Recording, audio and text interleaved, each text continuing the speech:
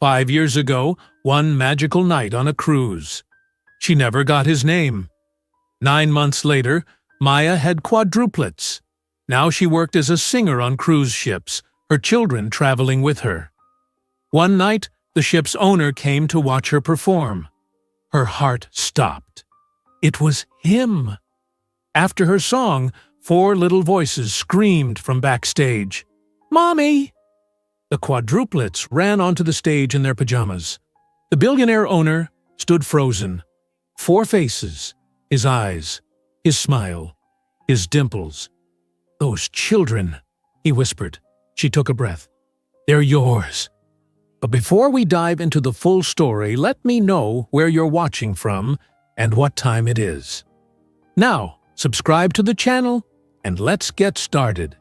"Mommy, why do you have to leave again?" Maya Williams looked down at Madison's small face. Her daughter's brown eyes were wide and sad. Maya knelt down on the floor of their cabin.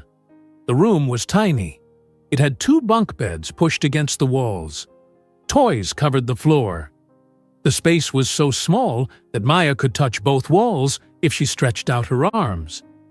"I have to work, baby," Maya said softly. She touched Madison's cheek. "But Rosa will be here with you, and I will be back before you fall asleep." Madison nodded but did not smile. She was 5 years old. So were her brothers and sister. Marcus, Miles, Mia, and Madison were born on the same day. They were quadruplets. Maya had 4 children who were all the same age. Marcus sat on the bottom bunk reading a book. He was the oldest by 3 minutes. He always seemed more serious than the others. Miles was building a tower with wooden blocks. He made sound effects as he stacked them higher. Mia sat in the corner, humming a song. She loved music just like Maya. "Rosa will be here in 5 minutes," Maya said. She stood up and smoothed her gold dress. The dress was tight and shiny. It caught the light from the small lamp. "Marcus, you are in charge. Until she gets here, make sure everyone stays in the cabin." "Yes, Mommy," Marcus said without looking up from his book. Maya grabbed her small purse from the counter. The cabin had a tiny kitchen area with a sink and a microwave. They could not cook real meals here. Maya usually bought food from the ship cafeteria. She checked her reflection in the small mirror by the door. Her natural curly hair was pulled back in a tight bun. Her dark skin glowed under the cabin lights. She wore red lipstick. It was the only makeup she had time for. Someone knocked on the door. Maya opened it. Rosa stood in the hallway, smiling. Rosa was a short woman from Miami with gray hair and kind eyes. She had been helping Maya watch the children for 2 years. "Good evening, Maya," Rosa said. She stepped into the cabin. "You look beautiful." "Thank you, Rosa." Maya grabbed her purse. "They already ate dinner. Bedtime is at 8 o'clock. Mia might fight you on brushing her teeth." "I know the routine," Rosa said with a laugh. She waved her hand. "Go sing, we will be fine." Maya kissed each of her children on the forehead. "Be good. I love you." "Love you, Mommy," they said together. Maya stepped out of the cabin and closed the door. The hallway was narrow with bright white lights. The floor moved slightly under her feet. The ship was always moving. Maya had worked on cruise ships for 13 years. She was used to the constant motion. She barely noticed it anymore. She walked through the hallways toward the main stage. Other crew members passed her. They smiled and said hello. Maya worked on the Oceanic Dream. It was a huge cruise ship that sailed from Miami, Florida, to different Caribbean islands. Tonight, they were near Key West, Florida. The water outside was calm and dark. Maya reached the backstage area. The stage manager, a man named Tom, was checking his clipboard. "There you are, Maya," Tom said. 5 minutes until you are on." "I am ready," Maya said. She could hear the audience talking and laughing on the other side of the curtain. The main theater was big. It had 300 seats. On Thursday nights, the theater was usually full. People came to hear Maya sing. She had a powerful voice. She sang jazz and blues songs. People told her she should be famous. But Maya did not care about fame. She cared about paying her bills and feeding her children. Tom spoke into his headset. "Okay, we are ready. Lights down in 3, 2, 1. The theater lights dimmed. The audience got quiet. Maya heard Tom's voice over the speaker system. "Ladies and gentlemen, please welcome to the stage the amazing Maya Williams." The curtain opened. Bright lights hit Maya's face. She walked onto the stage. The audience clapped. Maya smiled and waved. She could not see faces because of the lights. She could only see shadows of people sitting in the seats. The music started. A piano played soft notes. Maya lifted the microphone to her lips.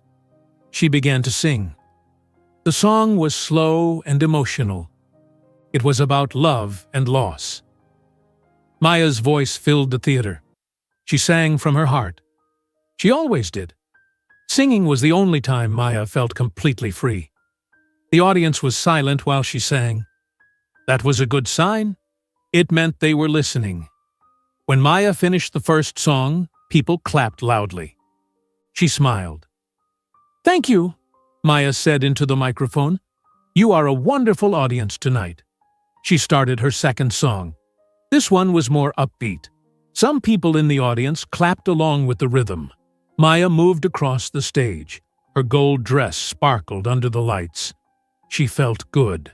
She felt strong. Then she saw him. A man sat in the front row. He wore an expensive black suit. His dark hair was perfectly styled. He was tall even while sitting down.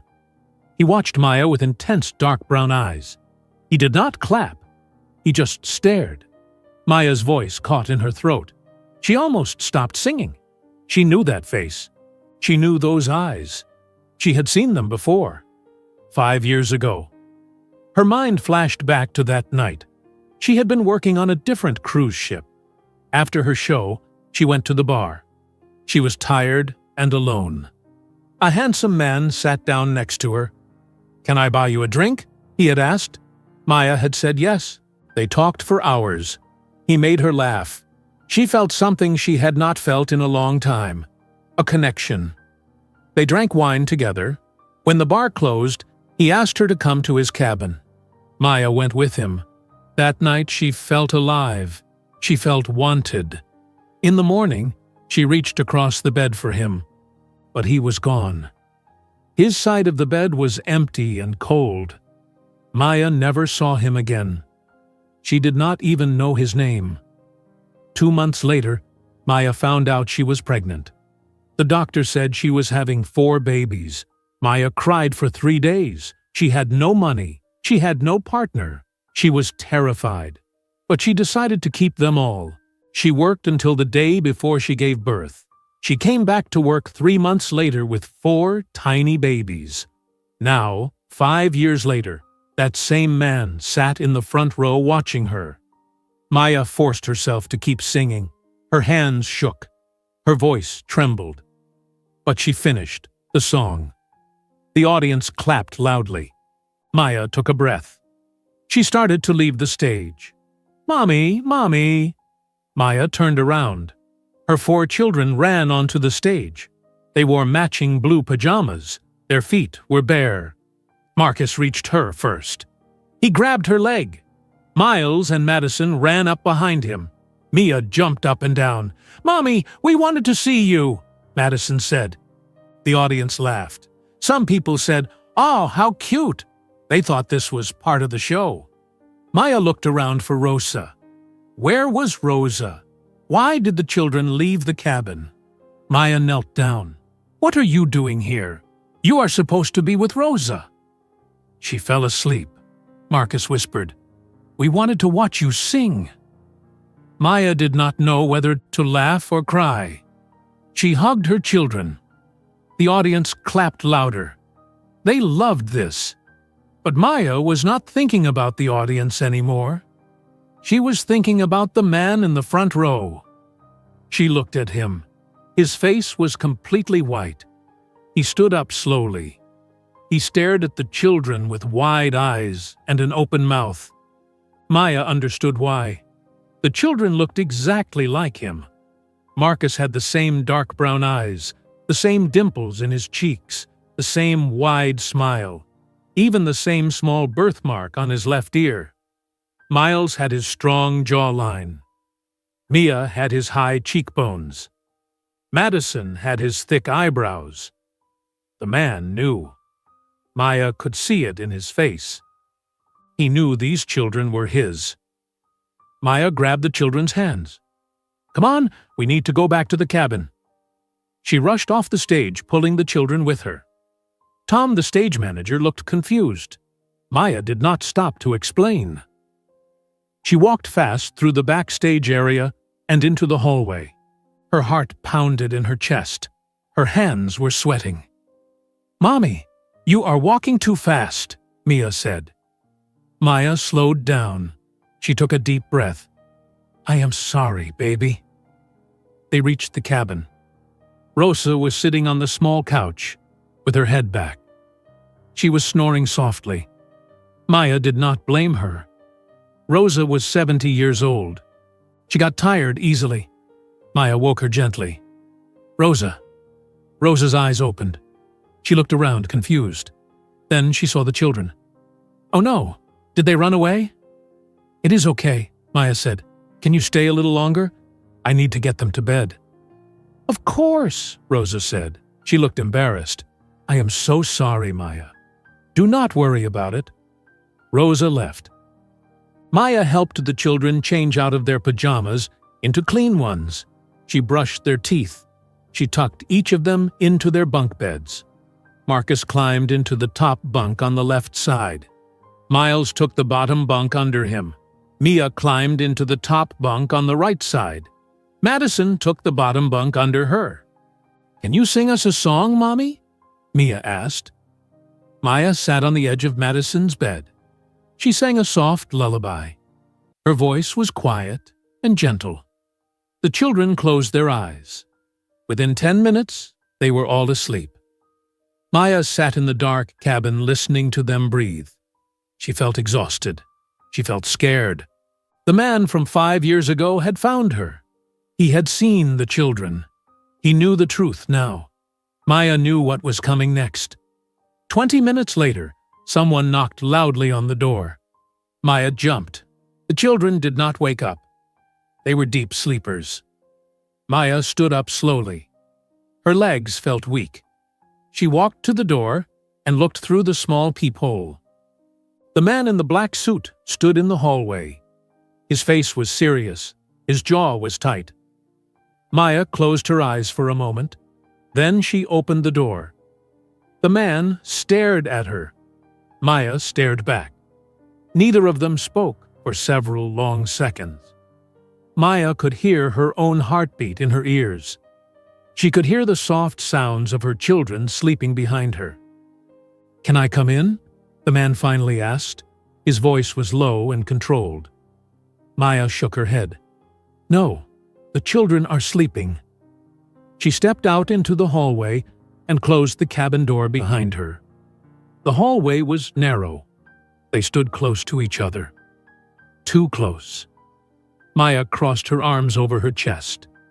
She was still wearing her gold dress. She wished she had changed into regular clothes. The man looked down at her. He was very tall, at least 6 feet, and 2 inches. His black suit probably cost more than Maya made in a month. His dark hair was perfectly styled. His face was handsome but hard. His dark brown eyes looked angry. "Are they mine?" he asked. His voice was sharp. "Are those children mine?" Maya felt her own anger rise in her chest. "Why did you leave?" The man blinked. "What?" "5 years ago, that morning. Why did you leave without saying anything, without even telling me your name?" The man looked uncomfortable. He shifted his weight. He looked away from her face. "I do not owe you an explanation." "Yes, you do," Maya said. Her voice was getting louder. She forced herself to speak more quietly. "You do owe me an explanation. We spent the whole night together. We talked. We laughed. I thought maybe it meant something. But you were just gone. Like I meant nothing." The man rubbed his face with his hand. "Look, that was 5 years ago.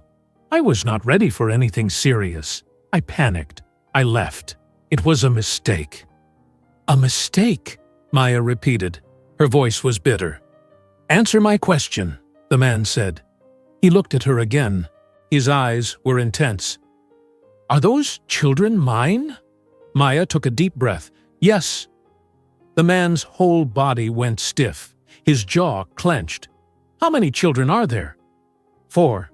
Quadruplets." "4." The man said the word like he could not believe it. "Yes. Marcus, Miles, Mia, and Madison." The man closed his eyes. He leaned back against the hallway wall. "When did you find out you were pregnant?" 2 months after that night, Maya said. "I went to the doctor because I felt sick all the time. She did an ultrasound. She told me I was having 4 babies. I was terrified." "Why did you not find me?" the man asked. He opened his eyes and looked at her. "Why did you not tell me?" Maya felt her anger explode. "Find you? How was I supposed to find you? You did not tell me your name. You did not give me your phone number. You just disappeared. I looked for you. I asked everyone on that ship if they knew who you were. No one knew. I had no way to contact you." The man's face hardened. "That is not possible. Everyone knows who I am." "I did not know who you were," Maya said. "I had no idea." "You expect me to believe that?" The man's voice was cold now. "You had no idea I was wealthy?" Maya stared at him. "What are you talking about? You really do not know?" The man laughed, but it was not a happy sound. "My name is Daniel Cole. I own this cruise ship. I own this entire cruise line, Oceanic Luxury Lines. I own 15 ships. You work for me." Maya felt like the floor was moving under her feet. She knew the owner of the cruise line was someone named Cole. She had heard that name before, but she never saw him. She never met him. He was just a name in corporate emails. "I did not know," Maya whispered. "I swear I did not know." "I do not believe you," Daniel said. His voice was hard and angry. "You knew exactly who I was. You saw an opportunity. You got pregnant on purpose. You thought you could trap me. You thought you could get money from me." Maya felt like he had slapped her across the face. "That is not true." "Then why did you not try harder to find me?" Daniel demanded. "You could have called the corporate office. You could have filed a report. You could have done something." "I did try." Maya's voice rose again. "I asked everyone I could ask. No one would help me. And then I had 4 babies to take care of.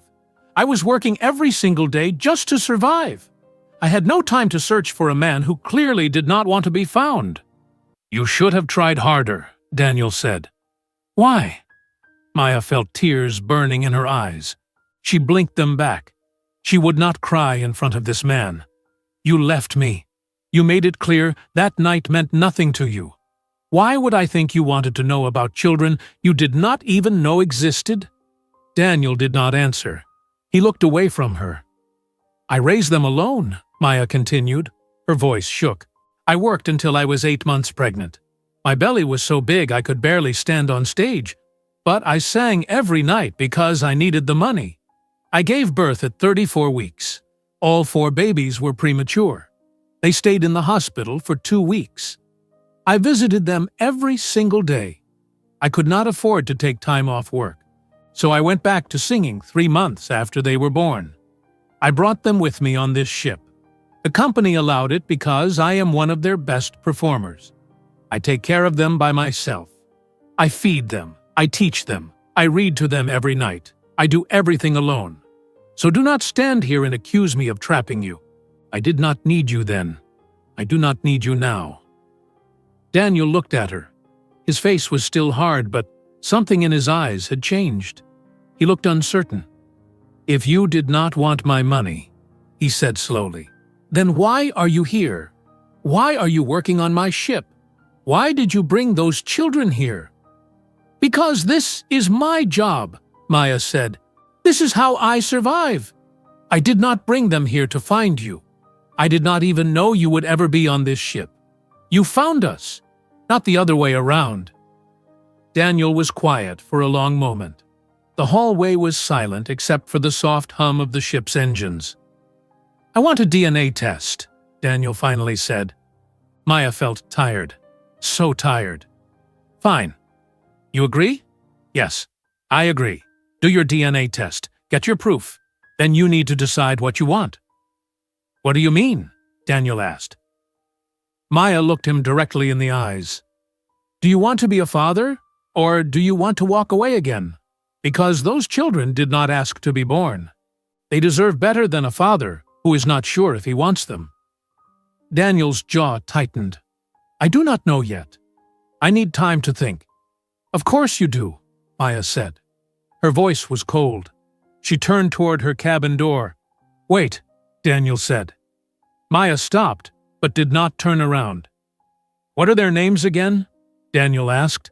His voice was softer now. Maya looked back at him. "Marcus is the oldest, then Miles, then Mia, then Madison. They are 5 years old. Their birthday is June 14th. Daniel nodded slowly. He looked like he was trying to remember the names. "They are good kids," Maya said quietly. "They are kind. They are smart. They are funny. They are everything to me." "I can see that," Daniel said. Maya opened her cabin door. "Good night, Mr. Cole." "Good night," Daniel said. Maya stepped inside and closed the door. She locked it. Then she leaned against the door and finally let herself cry. She cried silently so she would not wake the children.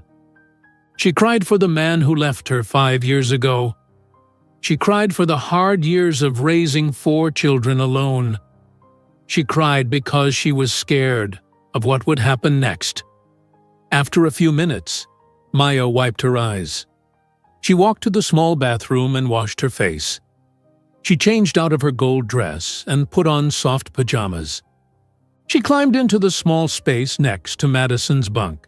She did not have her own bed. She slept on a thin mattress on the floor between the 2 sets of bunk beds.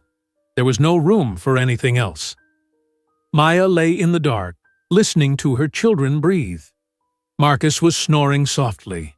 Miles was talking in his sleep. Mia had kicked off her blanket. Maya got up and covered her again. Madison was curled up in a tight ball. Maya could not sleep. She stared at the dark ceiling.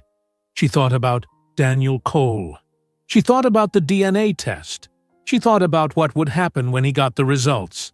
Would he want to be part of their lives? Would he try to take the children from her? Maya felt fear grip her chest. She could not lose her children. They were her whole world. She would fight anyone who tried to take them from her. Even Daniel Cole.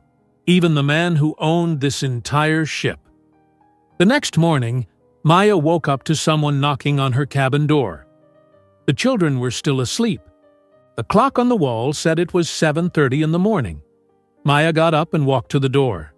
She looked through the peephole. A man in a gray suit stood in the hallway. He was Asian, probably in his 40s, with glasses and a serious expression. He held a briefcase. Maya did not recognize him. She opened the door. "Yes? Can I help you?" The man smiled politely. "Good morning. My name is Robert Chen. I am Daniel Cole's personal attorney. Mr. Cole sent me to speak with you about the DNA test." Maya stared at the man. Robert Chen, Daniel's attorney. She had known Daniel would send someone, but she did not expect it to be this soon. It was only 7:30 in the morning. "Can we speak inside?"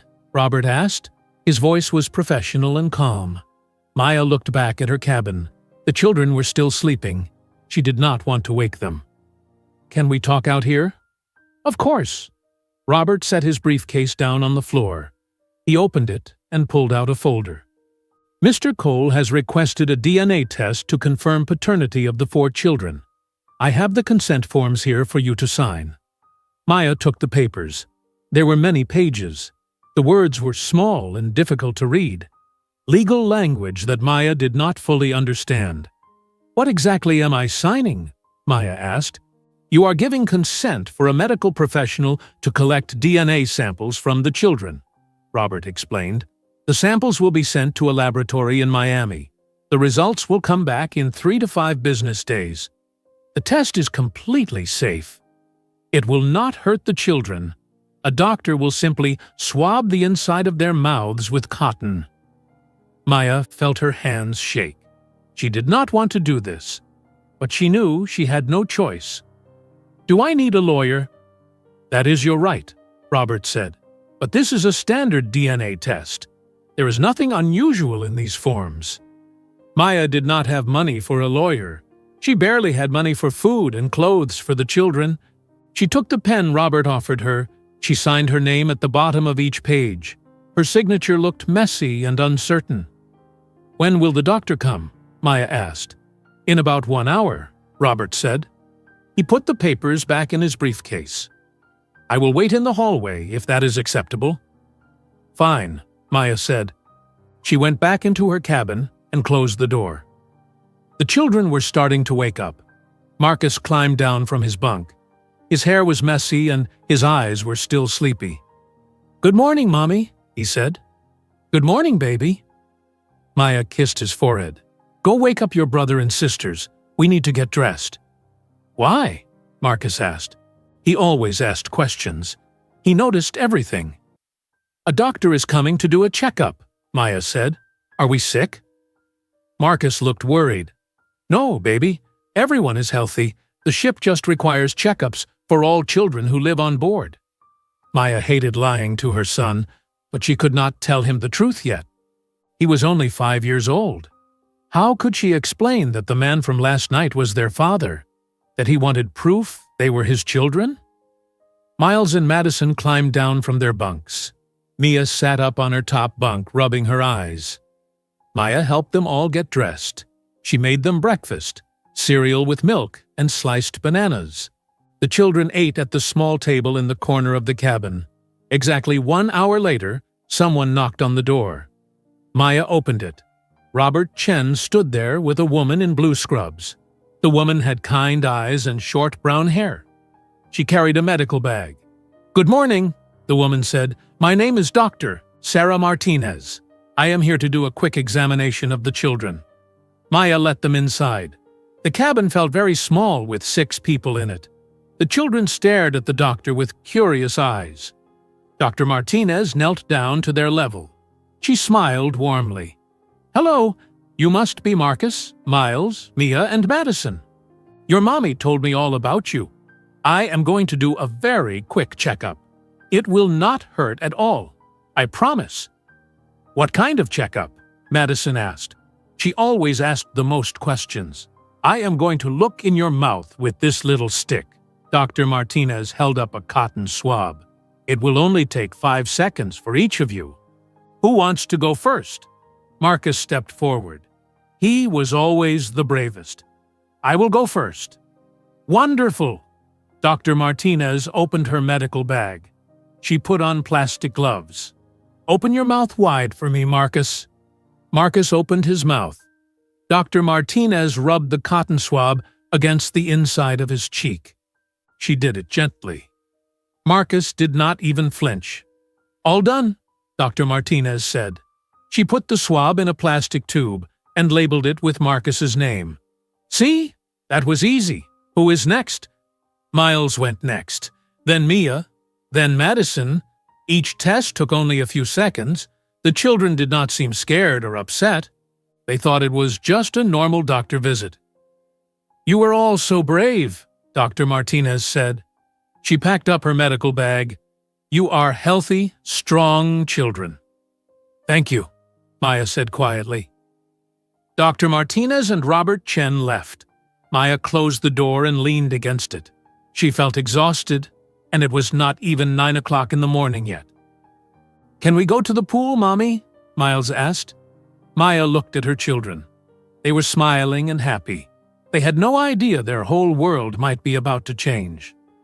"Yes, let us go to the pool."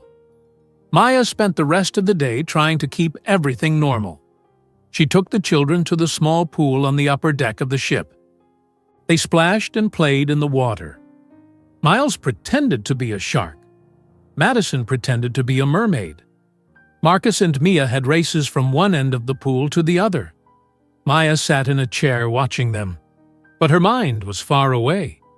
She kept thinking about the DNA test. She kept thinking about Daniel Cole. What would he do when the test confirmed the children were his? That evening, Maya sang on stage again. She performed 3 songs, but she could not focus. She kept looking at the audience, wondering if Daniel was there.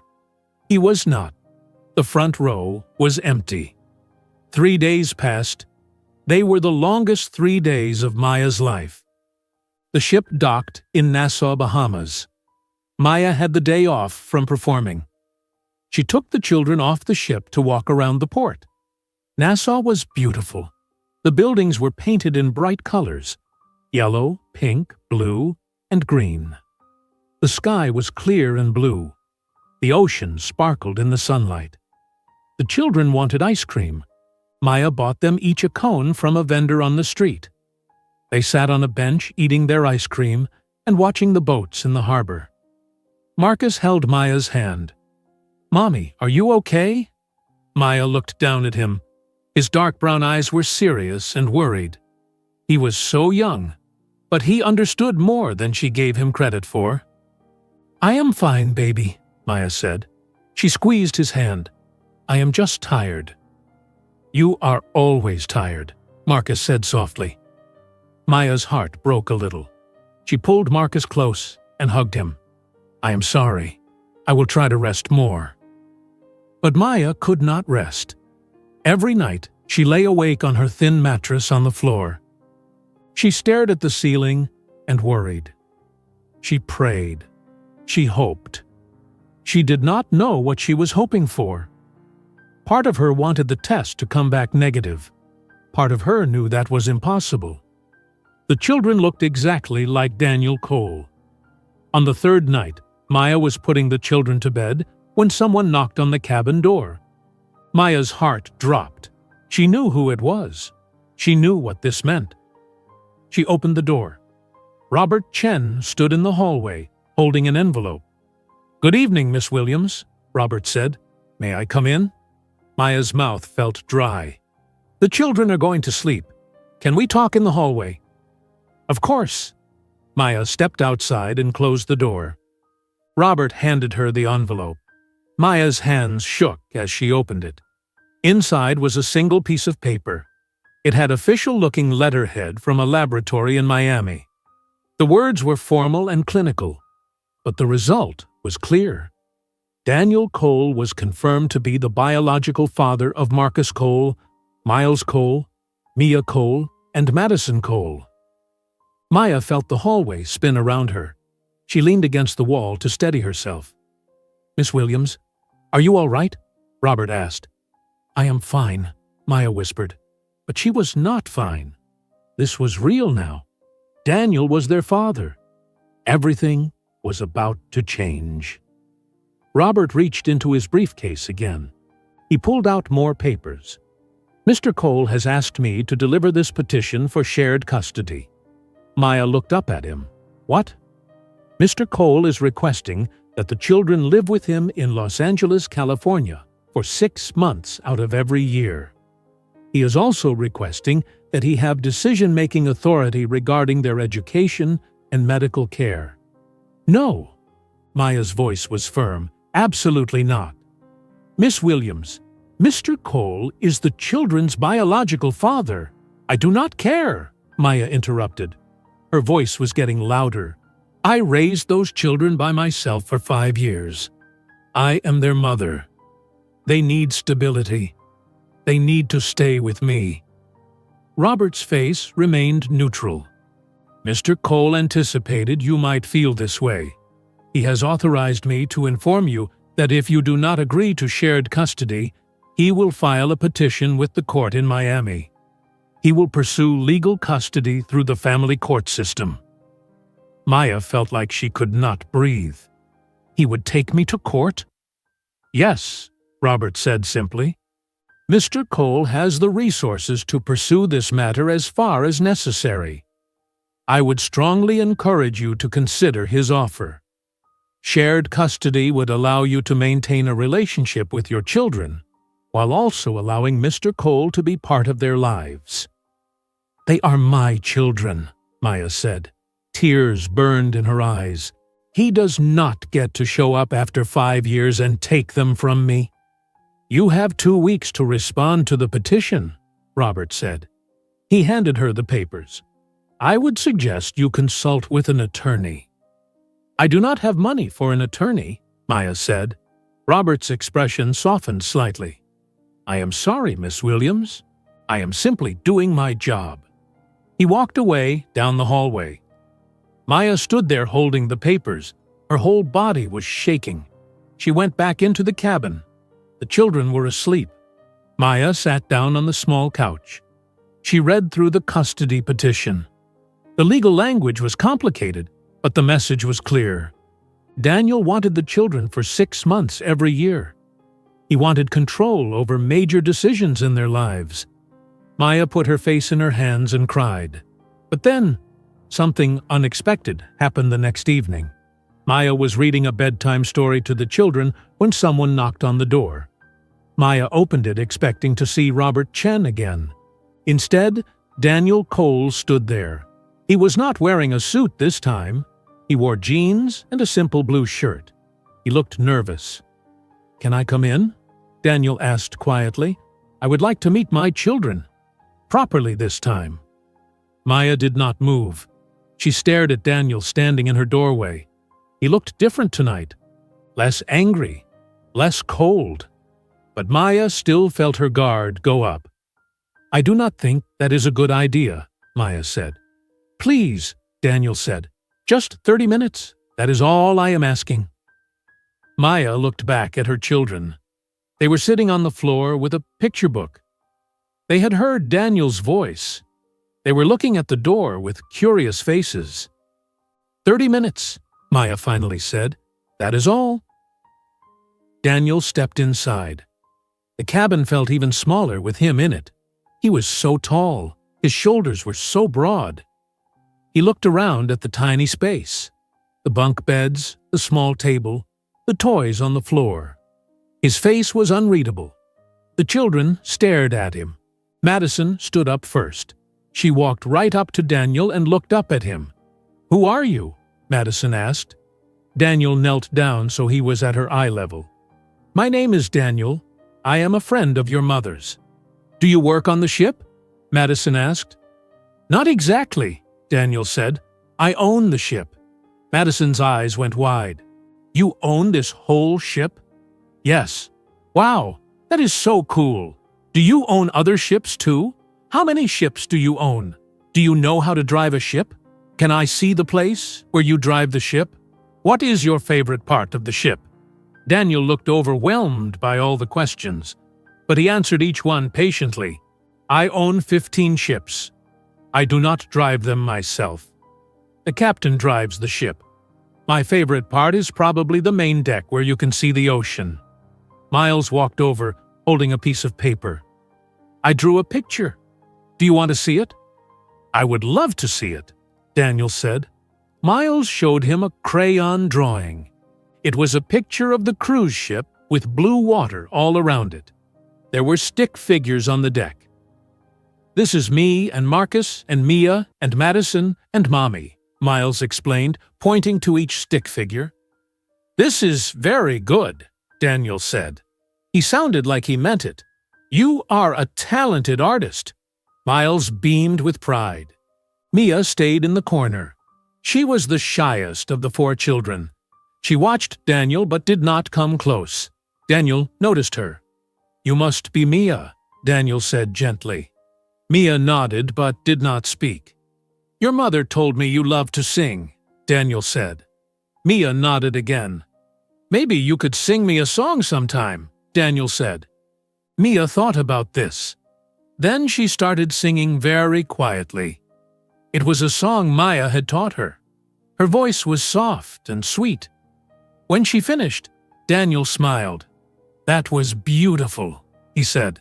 "You have your mother's voice." Marcus had not moved from where he sat on the floor. He was watching Daniel carefully. His face was serious. Maya knew Marcus was protective of her. He always had been, even as a young child. Daniel looked at Marcus.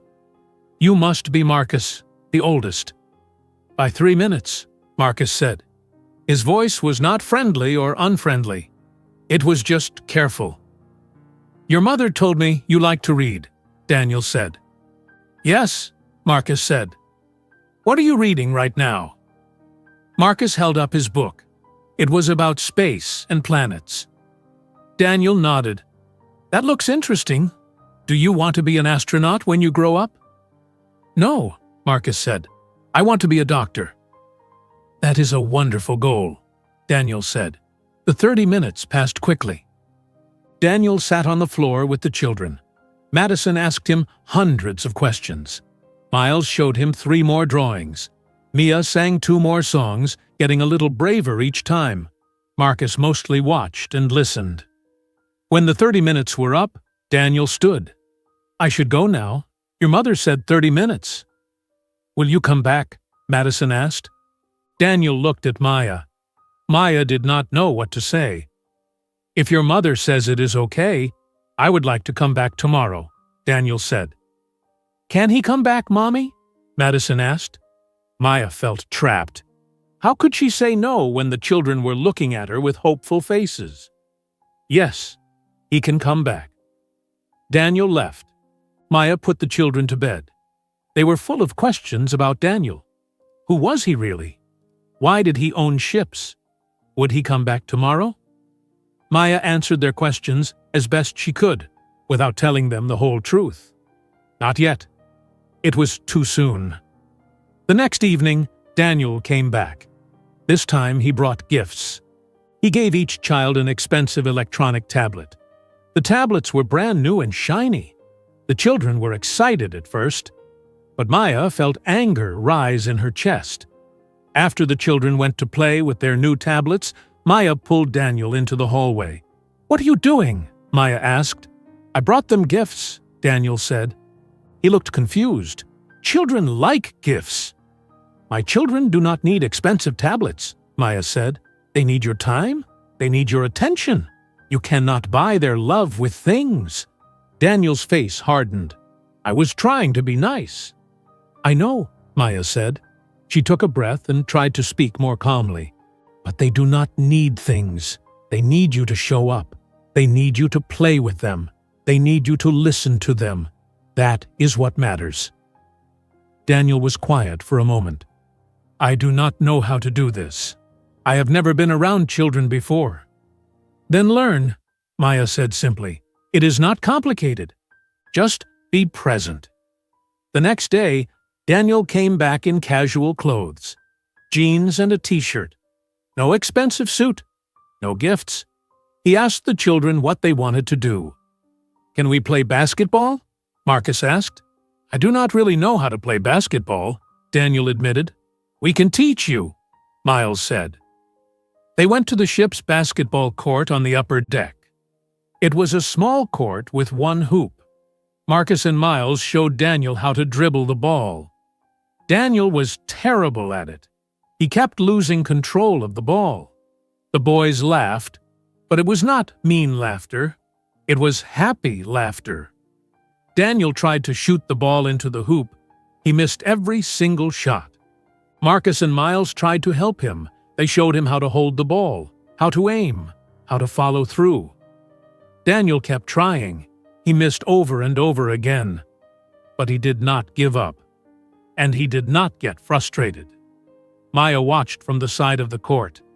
She saw something in Daniel she had not seen before. He was trying. He was really trying.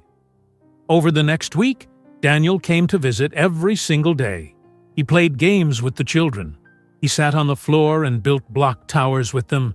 He listened to Mia practice her songs.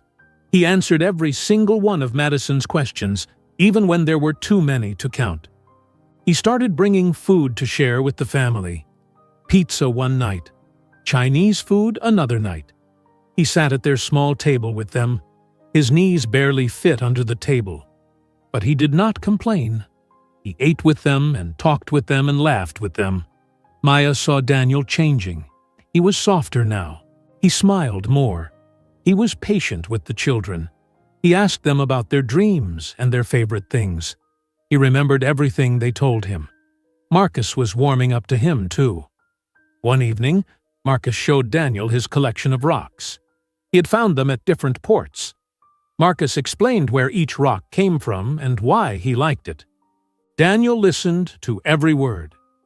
After 2 weeks, the children started calling him Daniel instead of Mr. Daniel. They ran to the door when he knocked. They hugged him when he arrived and when he left. Maya did not know what to think anymore. She had been so angry at Daniel. She had been so sure he would be a terrible father. But he was proving her wrong. One evening, after the children went to bed, Daniel stayed a little longer. He and Maya sat on the small couch in the cabin. "Thank you," Daniel said quietly. "For what?" Maya asked. "For letting me get to know them. For giving me a chance." Maya nodded. "They are good kids. They are amazing kids," Daniel said. "You did an incredible job raising them." Maya felt tears in her eyes. No one had ever told her that before. No one had ever acknowledged how hard she had worked. "There is something I need to tell you," Daniel said. His voice became serious. Maya looked at him. "What is it?" "My mother is flying to Miami tomorrow. She wants to meet you and the children." Maya felt her stomach drop. "Your mother?" "Yes. Her name is Victoria Cole. She is on the board of directors for the company.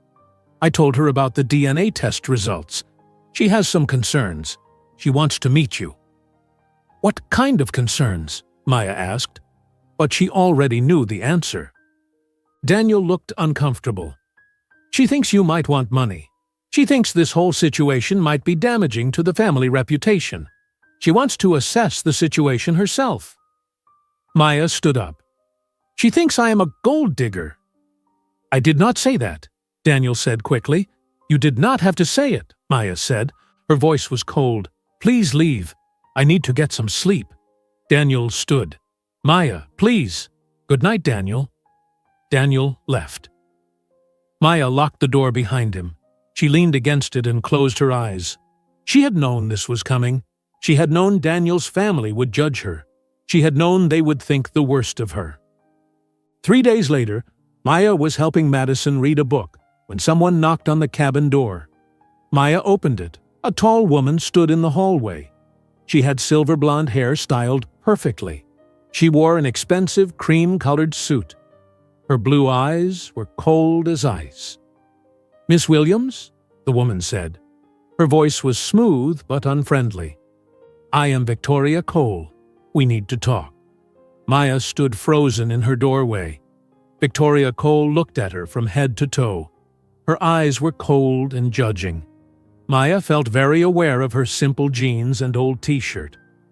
"I have reserved a private dining room on the upper deck," Victoria said. "I would like to speak with you there. Alone." "When?" Maya asked. "Right now." Maya looked back at her cabin. The children were playing with their toys. "I need to find someone to watch my kids." "I will wait," Victoria said. It was not a question. It was a command. Maya called Rosa. Thankfully, Rosa was free. She arrived 10 minutes later. Maya told the children she had to go to a work meeting. She kissed each of them goodbye. Maya followed Victoria through the ship hallways. They did not speak. They took an elevator to the upper deck. Victoria walked quickly. Her high heels clicked on the floor. Maya had to walk fast to keep up. They reached a door marked Private Dining Room. Victoria opened it and walked inside. Maya followed. The room was beautiful. It had a long table with a white tablecloth. There were elegant chairs. Large windows showed the ocean outside. The sun was setting. The sky was orange and pink. Victoria sat down at the head of the table. She did not invite Maya to sit. Maya stood there feeling uncomfortable. "I know who you are," Victoria said. Her voice was sharp. "I know exactly what you are doing." "I do not understand," Maya said. "Do not play innocent with me, Miss Williams. You saw an opportunity with my son 5 years ago. You got pregnant on purpose. You wanted to trap him. You wanted his money." Maya felt anger flood through her body. "That is not true." "Of course it is true," Victoria said. She leaned back in her chair. "I have seen women like you before. You prey on wealthy men. You use children to get what you want. You are a gold digger." "I did not even know who Daniel was." Maya's voice was getting louder. "I had no idea he was wealthy. I had no idea he owned this cruise line." "I do not believe you," Victoria said coldly. "I do not care if you believe me or not," Maya said. "I know the truth. I raised 4 children by myself for 5 years. I never asked Daniel for anything. I never even looked for him because I could not find him. I worked every single day while I was pregnant.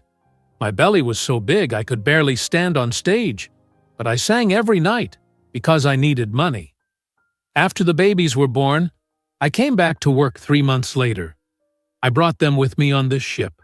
I take care of them by myself. I feed them. I teach them. I read to them every single night. I do everything alone. So do not sit there in your expensive suit and tell me I am a gold digger." Victoria's face did not change. She reached into her purse and pulled out an envelope. She slid it across the table toward Maya.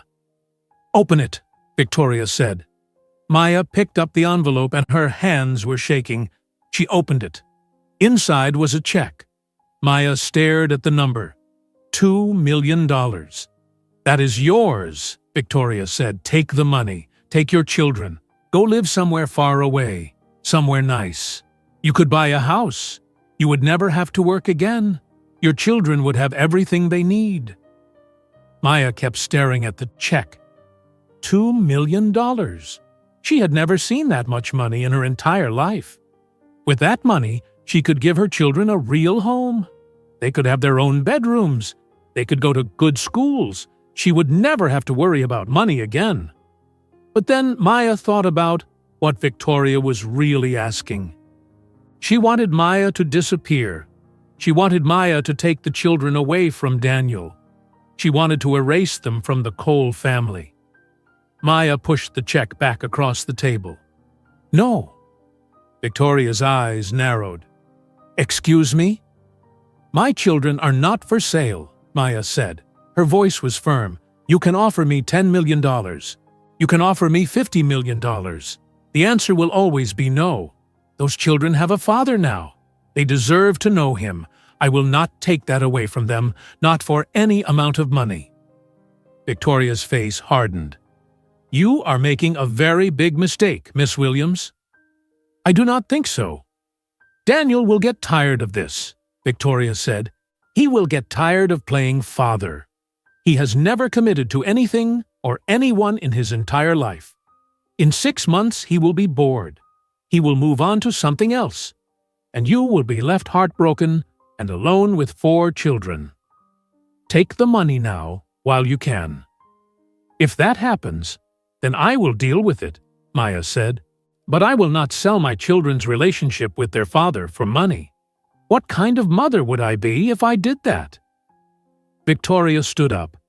She was taller than Maya. She looked down at her with cold blue eyes. "Then I will take those children from you. I will file for custody in court. I will hire the best lawyers in the country. I will prove that you are an unfit mother." Maya felt fear grip her chest. "What are you talking about?" "Look at how you live," Victoria said. Her voice was cruel. "You keep 4 children in a tiny cabin on a ship.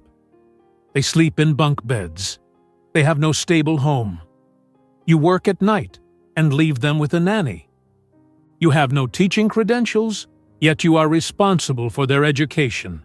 Any judge will see that those children deserve better. They deserve a real home. They deserve a family that can provide for them properly. They deserve to live with the Cole family in Los Angeles. You cannot take my children, Maya whispered. Her voice was shaking. Watch me, Victoria said. She picked up her purse. You have made your choice, Miss Williams. Now you will have to live with the consequences. Victoria walked out of the dining room. Her high heels clicked on the floor. The door closed behind her. Maya stood there alone. Her whole body was shaking. She looked down at the check still sitting on the table. $2 million. She could have taken it. Part of her wished she had taken it. But no, she had made the right choice. Her children were not for sale.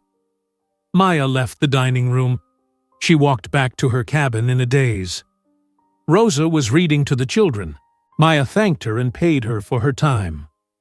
After Rosa left, Maya tried to act normal. She made dinner for the children. She helped them brush their teeth. She read them a bedtime story. But inside, she felt terrified. After the children fell asleep, Maya sat on the small couch. She put her head in her hands. What was she going to do? Victoria Cole had money and power. She had lawyers. She could really take the children away. Maya had nothing. No money for lawyers, no powerful family, no one to help her. Someone knocked on the door. Maya opened it. Daniel stood there. He was smiling. Hi, I thought I would stop by and say goodnight to the kids. They are already asleep, Maya said. Her voice was flat. Daniel noticed her expression. What is wrong? Your mother came to see me today. Daniel's smile disappeared. She did? When? This evening. She called me to a private dining room. She told me I was a gold digger. She said I got pregnant on purpose to trap you. Daniel's face went red. She said that to you? Yes, and that is not all. Maya felt tears burning in her eyes. She offered me $2 million to take the children and disappear. When I refused, she threatened to take them from me. She said she would go to court. She said she would prove I am an unfit mother. She did what? Daniel's voice was loud and angry. Did you know about this? Maya asked. Did you know she was going to threaten me? No! Daniel looked furious. I had no idea. I told her about the DNA results. I told her I was getting to know the children. But I did not tell her to do any of this. I swear I did not know. She is going to take my children, Daniel. Maya was crying now. She has money and lawyers and power. I have nothing. She is going to take them from me. No, she is not, Daniel said. His voice was hard. I will not let that happen. This is my fault. I should never have told her. I will fix this. I promise. Daniel left the cabin. Maya heard him walking fast down the hallway. About 10 minutes later, she heard shouting. It was coming from somewhere above her cabin. Other crew members opened their doors to listen. Everyone could hear Daniel and Victoria yelling at each other. Maya could not hear the exact words, but she heard Daniel's voice, loud and angry. She heard Victoria's voice, sharp and defensive. The fight went on for 20 minutes. Then it stopped. Everything went quiet. The next morning, Maya woke up early. She looked out the small window of her cabin. She saw a boat approaching the ship. It was a private boat, expensive and fast. Victoria Cole stood on the deck of the cruise ship with her suitcase. She climbed down onto the private boat. The boat sped away toward Miami. Victoria was leaving. Maya felt relief wash over her. Maybe Daniel had convinced his mother to back down. Maybe Victoria would leave them alone now. But 2 days later, someone knocked on Maya's cabin door in the middle of the afternoon. Maya opened it. A man in a uniform stood there. Maya Williams? He asked. Yes. I have a delivery for you." He handed her a large envelope. "Sign here, please." Maya signed the paper. The man left. Maya looked at the envelope. It had official stamps and legal markings on it. Her hands shook as she opened it. Inside were legal documents. Many pages. Maya read the first page. Her heart stopped. Petition for emergency custody. Victoria Cole versus Maya Williams. Victoria had filed for custody of the children. The court hearing was scheduled in Miami in 1 week. Maya read the legal papers over and over. The words blurred together. Emergency custody hearing. Unfit mother. Unstable living environment. Best interests of the children. The hearing was scheduled for Tuesday, December 5th at 9 o'clock in the morning. That was only 7 days away. Maya's legs felt weak. She sat down on the small couch. Her hands were shaking so badly, she dropped the papers on the floor. Rosa found her 20 minutes later. Rosa had come to watch the children while Maya performed that evening. But when Rosa walked into the cabin, she saw Maya sitting on the couch, crying. The children were playing in their room. "Maya, what happened?" Rosa knelt down in front of her. Maya could not speak. She just handed Rosa the legal papers. Rosa read them. Her face became very serious. "Oh, Maya," Rosa said softly. She sat down next to Maya and put her arm around her. "I am so sorry." "She is going to take them," Maya whispered. "She is going to take my babies." "No, she is not," Rosa said firmly. "You are a good mother. Any judge will see that." "She has money," Maya said. "She has lawyers. I have nothing." "You have love," Rosa said. "You have 5 years of taking care of those children by yourself. That has to count for something." But Maya was not so sure. That evening, Maya could not perform. She called in sick for the first time in 5 years. She stayed in the cabin with the children. She tried to act normal, but everything felt wrong. Maya knew she needed a lawyer. She spent the next day calling every attorney in Miami that she could find online. She used the ship's computer in the crew lounge. She wrote down phone numbers. She called them one by one. The first lawyer listened to her story. Then he said, "I am sorry, Miss Williams. I cannot take your case. Victoria Cole is too powerful. I do not want to go up against her legal team." The second lawyer said the same thing. The third lawyer was willing to take the case, but he wanted $15,000 up front. Maya only had $2,000 in her savings account. She had been saving for years, but it was never enough. "I do not have that much," Maya said. "I am sorry," the lawyer said. "I cannot work for free." Maya called 8 more lawyers. They all said the same thing. Either they would not take the case, or they wanted money Maya did not have. Maya realized she would have to represent herself in court. She had no choice. She started preparing. She gathered every document she could find. Her work records from the cruise line showing she had worked steadily for 13 years. Health records for the children showing they were all healthy and up to date on their vaccinations. Report cards from the homeschooling curriculum she used to teach them. Letters from Rosa and 3 other crew members who knew Maya. They all wrote that Maya was a responsible, loving mother who took excellent care of her children. Maya wrote down everything she wanted to say to the judge. She practiced saying it out loud in the cabin bathroom while the children slept.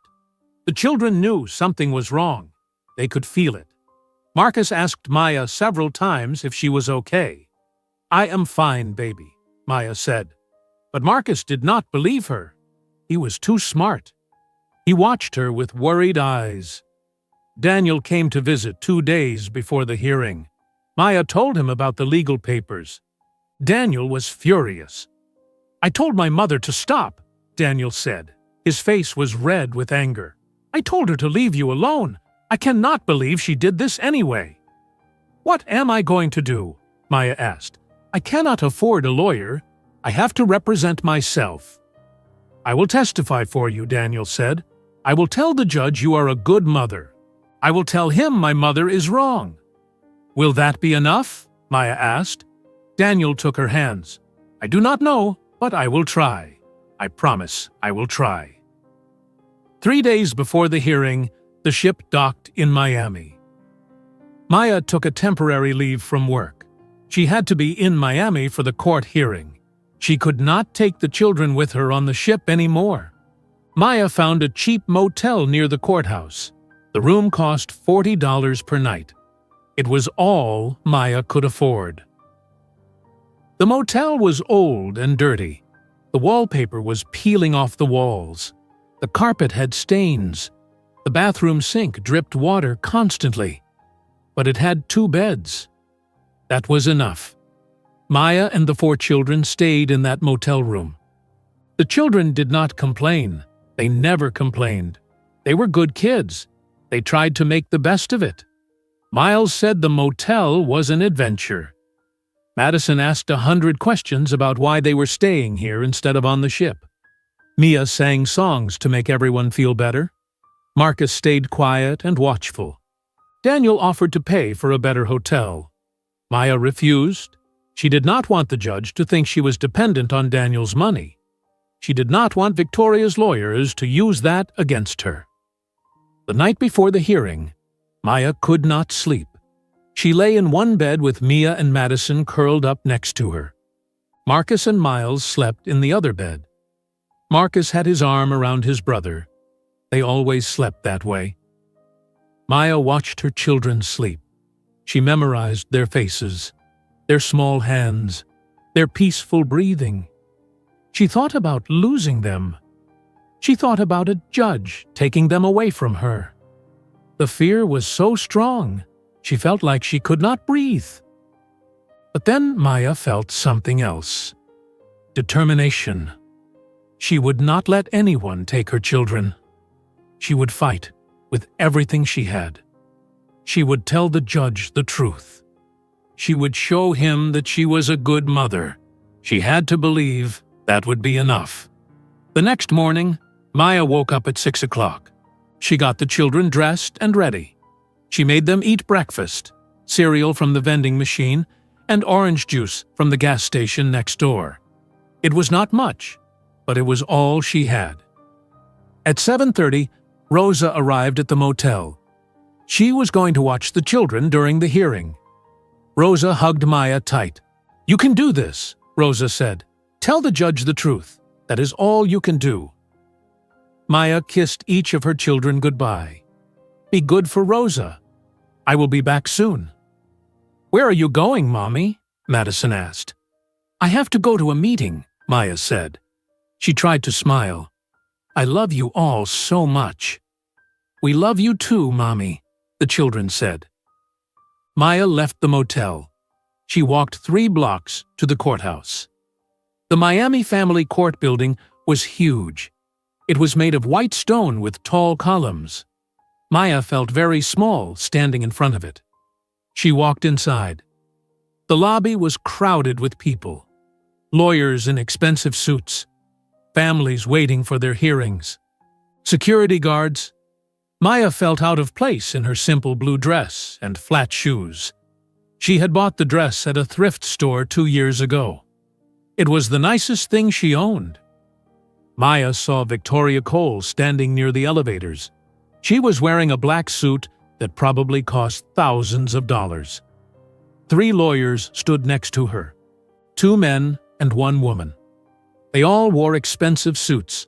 They all carried leather briefcases. Victoria saw Maya. Their eyes met across the lobby. Victoria's face was cold and expressionless. She said something to her lawyers. They all looked at Maya. Then they looked away, like she was not worth their time. Maya's hands were shaking. She held her folder of documents against her chest. Inside that folder was everything she had: her work records, the children's health records, the letters from Rosa and the other crew members. It seemed like so little compared to what Victoria had. Maya took the elevator to the 3rd floor. She found the courtroom. Department 12. Judge Raymond Martinez presiding. Maya walked inside. The courtroom was formal and intimidating. There were rows of wooden benches, a judge's bench at the front, 2 tables facing the judge, 1 for each side. Maya sat at the table on the left. She was alone. Victoria and her 3 lawyers sat at the table on the right. They spread out their papers and documents. They had so many papers. They had folders and binders and laptops. Maya looked down at her single folder. It looked so small, so pathetic. Daniel was not in the courtroom yet. He would come in later as a witness. Maya wished he was here now. She felt so alone. At exactly 9 o'clock, a door at the front of the courtroom opened. The bailiff stood up. He was a large man in a uniform. "All rise," the bailiff said in a loud voice. "The Honorable Judge Raymond Martinez presiding." Everyone stood up. An older man in a black robe walked in and sat behind the judge's bench. He had gray hair and a tired face. He looked down at the papers in front of him. "You may be seated," Judge Martinez said. Everyone sat down. The courtroom was completely silent. Maya could hear her own heartbeat. The bailiff picked up a piece of paper. He read from it in a formal voice. Case number 4782. Victoria Cole versus Maya Williams. Petition for emergency custody. Judge Martinez looked down at the papers on his bench. He read them silently for a moment. Then he looked up at both tables. "I have reviewed the petition filed by Victoria Cole," Judge Martinez said. His voice was deep and serious. "This is a request for emergency custody of 4 minor children, Marcus, Miles, Mia, and Madison Cole, currently in the custody of their mother, Maya Williams. Is the petitioner present?" One of Victoria's lawyers stood up. She was a tall woman with perfectly styled brown hair. She wore a gray suit. "Yes, Your Honor. I am Catherine Price, representing Victoria Cole. My client is present." "And Miss Williams, are you representing yourself?" Judge Martinez asked. Maya stood up. Her legs were shaking. "Yes, Your Honor." Judge Martinez nodded. "Very well. Miss Price, you may begin." Catherine Price walked to the front of the courtroom. She stood in front of the judge's bench. She held a remote control in her hand. A screen lowered from the ceiling. "Your Honor, this case is about protecting 4 innocent children," Catherine began. Her voice was confident and clear. "Maya Williams is not a bad person, but she is not providing an adequate environment for these children. I would like to show the court evidence of the living conditions." Catherine pressed a button on her remote. A photo appeared on the screen. It was Maya's cabin on the cruise ship. The photo showed the small space, the 2 sets of bunk beds pushed against the walls, the tiny kitchen area, the toys scattered on the floor. "This is where Miss Williams keeps 4 5-year-old children," Catherine said, "in a cabin on a cruise ship. The space is approximately 150 square feet. That is smaller than many prison cells." Maya felt her face get hot. She wanted to stand up and object, but she did not know how. She did not know the rules of court. Catherine showed more photos: the children's bunk beds, the small bathroom, the narrow hallway outside the cabin. "These children have no stable home," Catherine continued. "They live on a ship that is constantly moving. They have no yard to play in, no neighborhood to explore, no friends who live nearby. Miss Williams teaches them herself, but she has no teaching credentials, no formal education training." Catherine pressed the button again. The screen showed Maya's work schedule. "Miss Williams works 5 nights per week as a singer on the cruise ship. Her performances last from 8 o'clock in the evening until 11 o'clock at night. During this time, the children are left with a nanny, a 70-year-old woman named Rosa Garcia. While Miss Williams pursues her singing career, her children are being raised by someone else." "That is not true," Maya said. She stood up without meaning to. Judge Martinez looked at her. Miss Williams, you will have your turn to speak. Please sit down. Maya sat down. She felt tears burning in her eyes. Catherine continued. Now, I would like to show the court an alternative. This is the Cole family home in Beverly Hills, California. The screen showed a huge house. It was beautiful. White walls, a red roof, a large front yard with green grass and flowers. The next photo showed the backyard. There was a swimming pool, a play area, trees and gardens. This home has 10 bedrooms, Catherine said. Each child could have their own room, their own space. The home is in a safe neighborhood with excellent schools. The children would have stability. They would have proper education. They would have everything they need. Catherine showed photos of the bedrooms. Each one was large and bright with big windows. Victoria Cole is offering to provide this home for her grandchildren, Catherine said. She is not trying to take them away from their mother permanently. She is simply asking for primary custody so that these children can have the life they deserve. Miss Williams could visit them. She could maintain a relationship with them. But they would live primarily in Beverly Hills where they can thrive. Catherine sat down. Judge Martinez made some notes. Then he looked at Victoria. Mrs. Cole, please take the witness stand. Victoria stood up. She walked to the witness stand on the side of the courtroom. The bailiff asked her to raise her right hand. Do you swear to tell the truth, the whole truth, and nothing but the truth? The bailiff asked. I do, Victoria said. Catherine Price stood up again. She walked toward Victoria. Mrs. Cole, can you please tell the court why you are filing for custody of these children? Victoria's face was calm and serious. I only want what is best for my grandchildren. When I learned about these children, I was shocked. I had no idea my son had fathered 4 children 5 years ago. But now that I know they exist, I feel responsible for them. They are part of the Cole family. They deserve to have the opportunities that come with that. I see how Miss Williams is raising them, and I believe she is doing her best. But her best is not enough. Those children deserve a real home. They deserve stability and security. I can provide that for them. Do you want to take the children away from their mother? Catherine asked. No, Victoria said. She looked directly at the judge. I am not trying to take them away from Maya. I am trying to give them a better life. Maya can visit them anytime she wants. She can call them every day. But they should live in Los Angeles, where they can go to good schools and have a proper home. Thank you, Mrs. Cole, Catherine said. She sat down. Judge Martinez looked at Maya. Miss Williams, do you have any questions for Mrs. Cole? Maya stood up.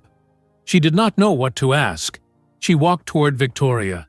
You offered me $2 million to disappear. Why did you do that if you only want what is best for the children?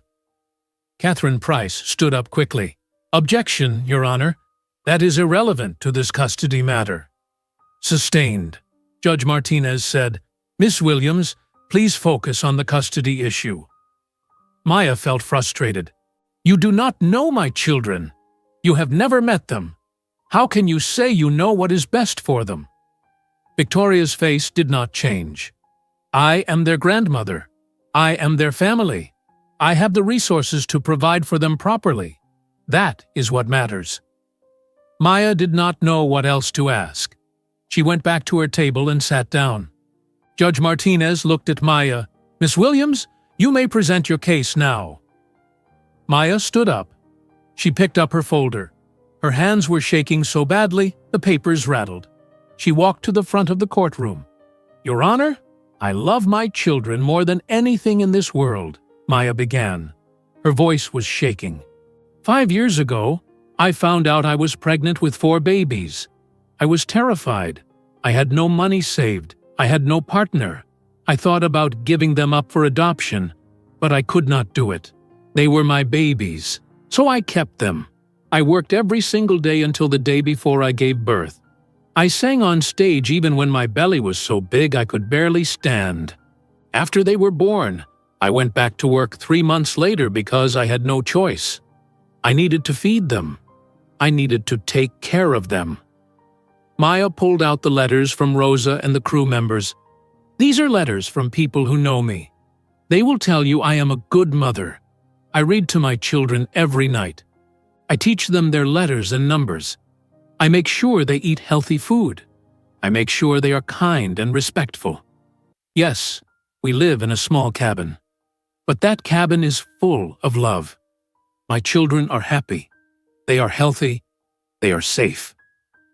Maya showed Judge Martinez the children's health records. They are all up to date on their vaccinations. They have never been sick beyond normal childhood colds. They are thriving. But they do not go to regular school, Judge Martinez said. He was looking at the papers in front of him. I teach them myself, Maya said. I use a homeschool curriculum. They are learning. Marcus can read at a second-grade level. Madison knows all 50 states. Miles can count to 100. Mia can write her name. Judge Martinez looked at the photos of the cabin that were still on the screen. He looked at the photos of the mansion in Beverly Hills. Maya could see doubt in his eyes. Miss Williams, Judge Martinez said slowly, I can see that you love your children. But love is not always enough. Children need stability. They need space. They need opportunities. Can you provide that for them? Maya felt tears roll down her face. I am trying my best. I work hard every day. My children know they are loved. Is that not what matters most? Judge Martinez did not answer. He looked down at his papers. Maya knew she was losing. She could see it in the judge's face. He was comparing her tiny cabin to the mansion in Beverly Hills. He was comparing her homeschooling to excellent private schools. He was going to give the children to Victoria. Your Honor, I would like to... Catherine Price began to speak, but she was interrupted by a loud sound. The courtroom doors opened. Everyone turned to look. Daniel Cole walked into the courtroom. He was breathing hard, like he had been running. His suit jacket was wrinkled. His tie was loose, but his face was determined. Your Honor, Daniel said. His voice was firm and clear. I have something to say. Victoria's face turned pale. She stared at her son with wide eyes. Catherine Price tried to speak, but Daniel was already walking toward the front of the courtroom. Mr. Cole, Judge Martinez said, are you here as a witness? Yes, Your Honor, Daniel said. I am Daniel Cole. I am the biological father of the 4 children. I need to testify. Catherine Price stood up. Your Honor, we were not informed that Mr. Cole would be testifying. We need time to prepare. This is my decision, Daniel interrupted. He looked at Catherine, then at his mother. I do not support this custody case. I need the court to know that. Judge Martinez looked surprised. Very well. Mr. Cole, please approach the witness stand. Daniel walked to the witness stand. The bailiff asked him to raise his right hand and swear to tell the truth. Daniel did. He sat down. He looked directly at the judge. Mr. Cole, Judge Martinez said, you are the father of these children? Yes, Your Honor. The DNA test confirmed it. Were you aware of their existence before 3 weeks ago? No, Your Honor, I was not. Daniel's voice was clear and steady. 5 years ago, I spent one night with Maya Williams. I left the next morning without telling her my name or giving her my contact information. I made a terrible mistake. Maya had no way to find me. She did not know who I was. She did not know I was wealthy. She could not contact me about the pregnancy. Catherine Price stood up. Your Honor, may I cross-examine the witness? You may, Judge Martinez said. Catherine walked toward Daniel. Mr. Cole, you have only known about these children for 3 weeks. Is that correct? Yes. And in that time you have developed strong feelings about their custody situation? Yes, I have, Daniel said. His voice was firm. "Is it possible that Miss Williams has influenced your opinion? That she has manipulated you into supporting her?" "No," Daniel said. He looked at Maya. "Maya has not manipulated me. She has not asked me for anything. When I first found out about the children, I accused her of lying. I thought she was after my money. I was wrong. I spent the last 3 weeks getting to know my children. I have seen how Maya takes care of them. I have seen how much she loves them. And I have seen what an incredible mother she is." Maya wiped tears from her eyes. Catherine tried again. "But surely you can see that the children would benefit from living in a stable home with proper resources." "They have a stable home," Daniel said. His voice was getting louder. "Their home is with their mother. Yes, Maya lives in a small cabin on a ship. But that cabin is filled with love. Those children are happy. They are healthy. They are kind and respectful and smart. Maya did that. She raised them with no help from anyone. She worked while she was 8 months pregnant with 4 babies. She came back to work 3 months after giving birth. She teaches them. She reads to them every single night. She makes sure they know they are loved. That is what matters." Victoria stood up. "Daniel, you do not understand." "Sit down, Mother," Daniel said. His voice was cold. Victoria looked shocked. She sat down slowly. Judge Martinez looked at Daniel. "Mr. Cole, what is your position on this custody case?" "I do not support it," Daniel said clearly. "My mother filed this petition without my knowledge or consent. I do not want the children taken from Maya. She is their mother. She is a good mother. If anyone should be judged in this courtroom, it should be me. I am the one who was not there for 5 years. I am the one who left Maya that morning without a word. Maya did everything alone. She deserves respect for that. She deserves to keep her children." Catherine Price looked flustered. "Your Honor, Mrs. Cole is simply trying to provide opportunities." "My mother is wrong," Daniel said. He stood up without being dismissed. He looked at Judge Martinez. "Your Honor, I want Maya to have full custody. I will support the children financially. I will be part of their lives, but I will not take them from their mother. That would be wrong." Then Daniel turned to face his mother. Victoria was sitting at the table with her lawyers. Her face was white. Her hands were gripping the edge of the table. "Mother, you have gone too far," Daniel said. His voice carried through the entire courtroom. "I told you to leave Maya alone. I told you to stop interfering. But you filed this petition anyway. You tried to take my children from their mother. You offered Maya money to disappear. You threatened her.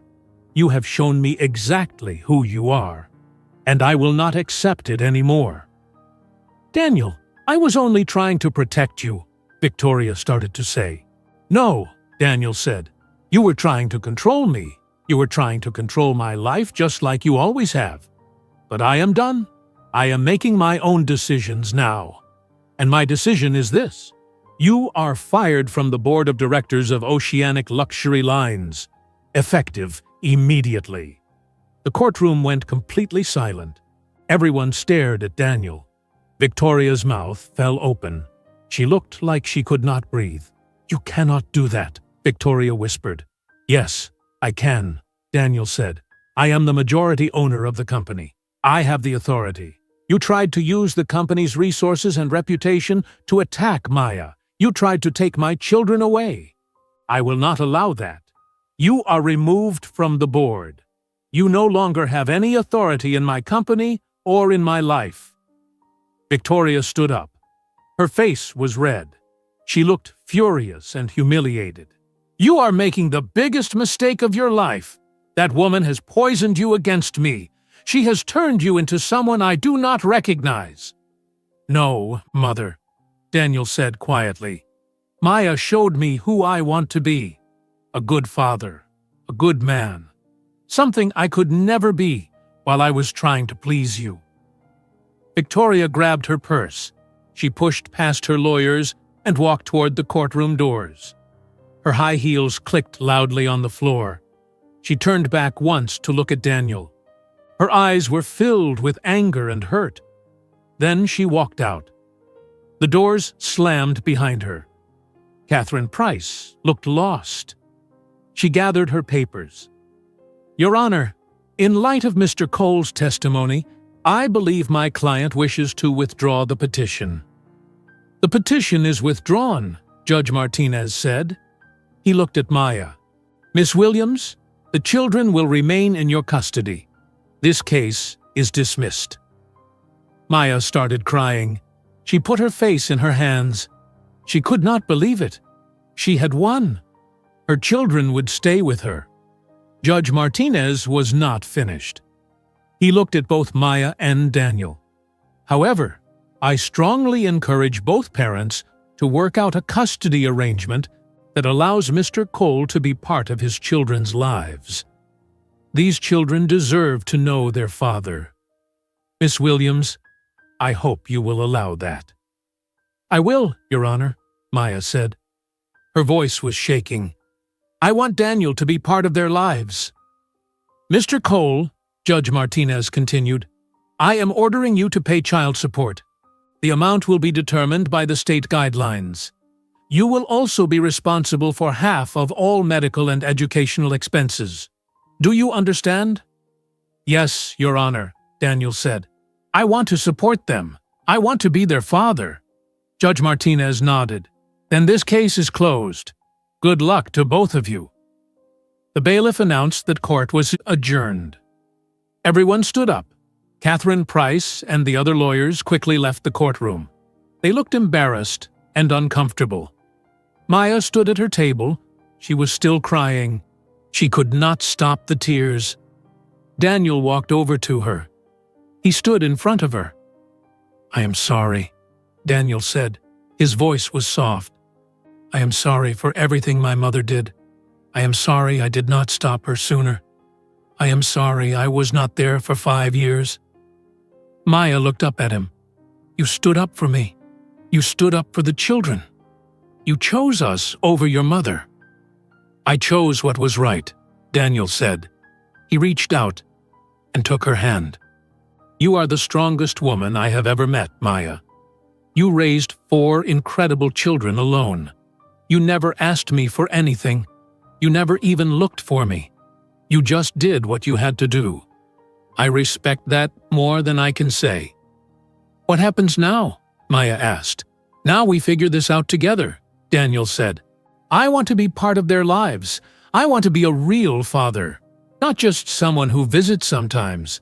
And I want to be part of your life, too, if you will let me." Maya did not know what to say. 3 weeks ago, she had been alone with 4 children. Now she had Daniel. Now her children had a father. Everything had changed so fast. "I need time," Maya said. "This is all happening so fast. I need time to think." "I understand," Daniel said. "Take all the time you need. I am not going anywhere this time, I promise." They walked out of the courthouse together. The Miami sun was bright and warm. Maya felt lighter than she had in days. She had her children. No one could take them from her. Daniel walked with her back to the motel. When they reached the door, Maya turned to him. "Thank you," she said, "for what you did in there, for standing up to your mother, for choosing us." "You do not need to thank me," Daniel said. "I was just telling the truth." Maya went inside the motel room. Rosa and the children were sitting on the bed watching television. When the children saw Maya, they jumped up and ran to her. "Mommy! Mommy!" they shouted. Maya hugged all 4 of them at once. She held them tight and cried happy tears. "Is everything okay, Mommy?" Marcus asked. He looked worried. "Yes, baby," Maya said. "Everything is okay. We get to stay together, all of us." Outside the motel, Daniel stood on the sidewalk. He pulled out his phone and called his assistant. "I need you to book me a hotel in Miami. I am staying here for a while, and call the board of directors. Tell them there is going to be an emergency meeting about my mother's removal." Daniel looked up at the motel window. He could see shadows of Maya and the children moving inside. He smiled. For the first time in his life, he knew exactly what he wanted. He wanted to be their father. And maybe, if Maya would let him, he wanted to be something more. 2 days after the court hearing, Maya and the children moved back onto the cruise ship. The oceanic dream was preparing to sail to the Bahamas again. Maya returned to work. She sang on stage every night. But everything felt different now. Daniel did not go back to Los Angeles. He stayed in Miami. He booked a hotel room near the port. Every morning, he came to the ship to see the children. He came before Maya had to work. He stayed for hours. At first, Maya was cautious. She watched Daniel carefully. She waited for him to get tired of being a father. She waited for him to leave again. But Daniel kept showing up every single day. He played basketball with Marcus and Miles in the mornings. He sat with Mia while she practiced singing. He answered Madison's endless questions with patience. He helped Maya make breakfast. He cleaned up toys. He read bedtime stories. 1 week passed, then 2 weeks, then 3 weeks. Daniel was still there. "Why are you still here?" Maya asked him one evening.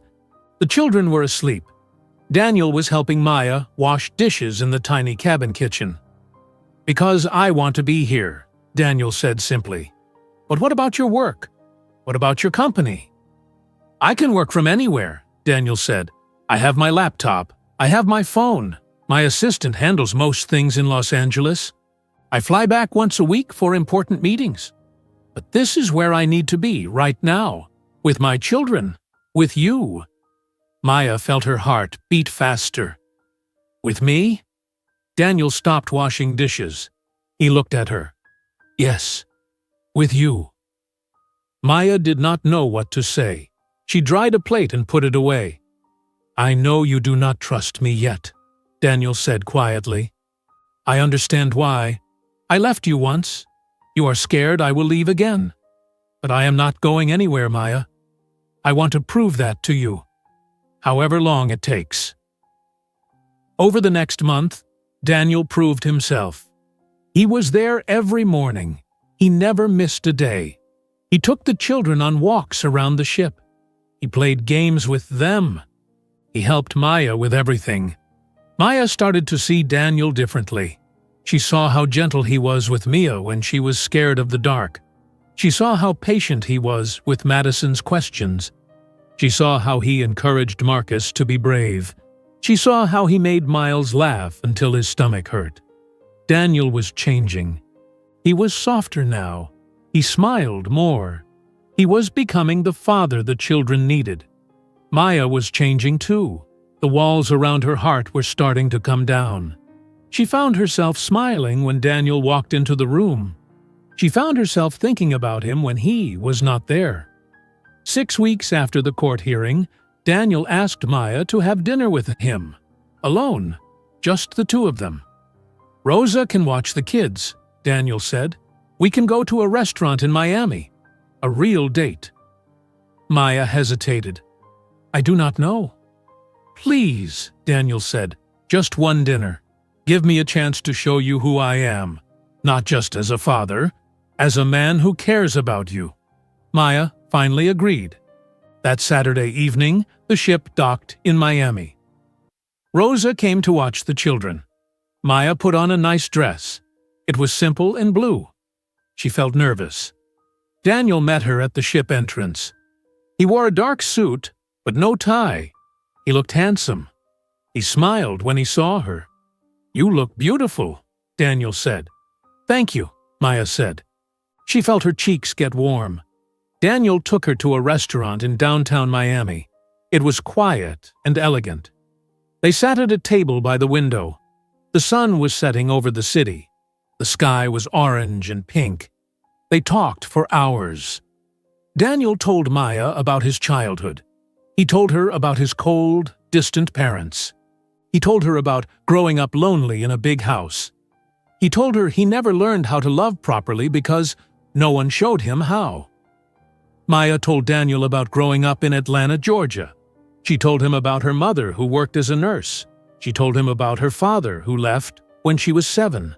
She told him about singing in church as a child. She told him about finding out she was pregnant with 4 babies and being terrified. "I thought my life was over," Maya said. Her voice was soft. "I thought I would never be happy again. I thought I would struggle forever." "But you did not give up," Daniel said. "No, I could not give up. I had 4 babies depending on me." Daniel reached across the table and took her hand. "You are the strongest person I know."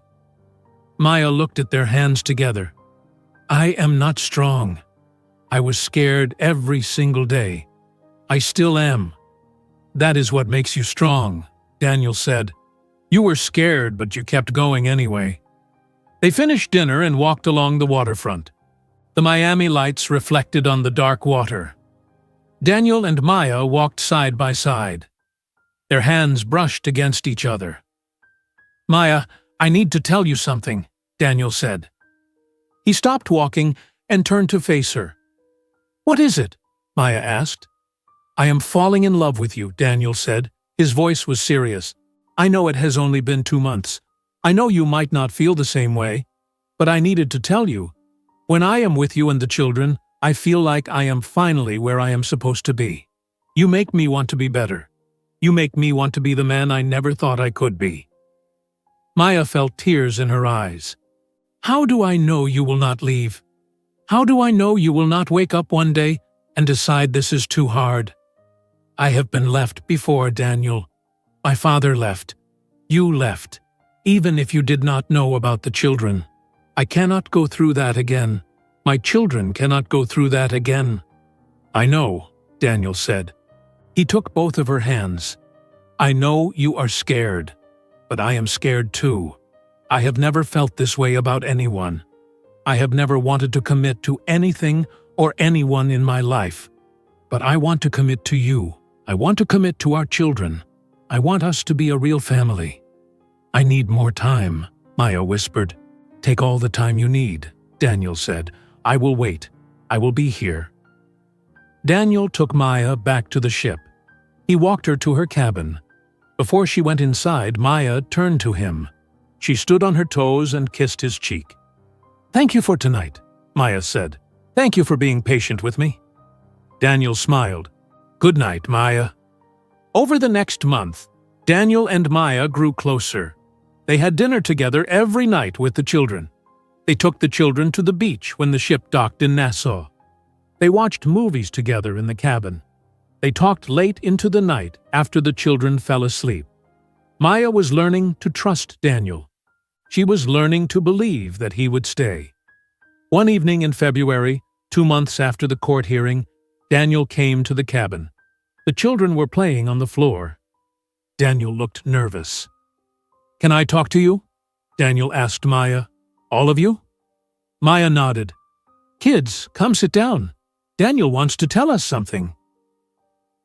The 4 children sat on their small couch next to Maya. Daniel knelt on the floor in front of them. He looked at each child, then at Maya. "I have been thinking a lot about our family," Daniel said, "about how much I love being with all of you, about how happy you make me. I do not want to be just someone who visits. I do not want to be just your father who lives in a different city. I want to be here all the time. I want us to live together. I want us to be a real family." Daniel pulled a small box from his pocket. He opened it. Inside was a ring. It was simple and beautiful. A single diamond on a gold band. "Maya Williams," Daniel said. His voice was shaking. "Will you marry me? Will you let me be your husband and a father to our children? I promise I will never leave. I promise I will love you and take care of you for the rest of my life." The children gasped. Madison started bouncing up and down. "Mommy, say yes. Say yes." Maya looked at Daniel. She saw the love in his eyes. She saw the fear there too. He was scared she would say no. But Maya was not scared anymore. She trusted him. She loved him. "Yes," Maya said. Tears rolled down her face. "Yes, I will marry you." Daniel stood up and put the ring on Maya's finger. The children cheered and clapped. Daniel pulled Maya into his arms and kissed her.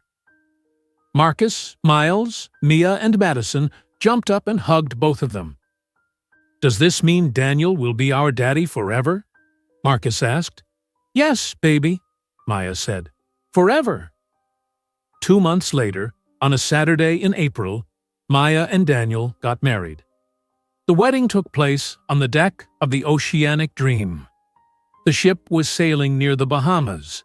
The sky was clear and blue. The ocean was calm and beautiful. The wedding was small and private.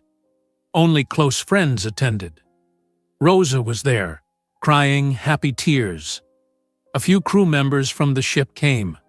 The ship captain performed the ceremony. Maya wore a simple white dress. Daniel wore a black suit. Marcus, Miles, Mia, and Madison stood next to their parents. The children wore matching white outfits. Marcus and Miles carried the rings. Mia and Madison held flowers. The captain spoke about love and commitment and family. Daniel and Maya said their vows. Daniel promised to love Maya forever. He promised to be a good husband and father. Maya promised to trust Daniel. She promised to build a life with him. When the captain said Daniel could kiss his bride, the children cheered loudly. The small group of guests clapped and laughed. After the ceremony, music played on the deck. Daniel and Maya danced together while the sun began to set. The sky turned orange and gold. The children ran around laughing and playing. Maya looked at Daniel. "I never imagined my life would turn out like this." "Neither did I," Daniel said. He held her close. "But I am grateful every single day that it did." The next morning, Daniel took Maya and the children to see their new home in Beverly Hills, California. The airplane landed in Los Angeles on a Sunday afternoon. Maya held Madison's hand as they walked through the airport. Marcus, Miles, and Mia walked next to Daniel.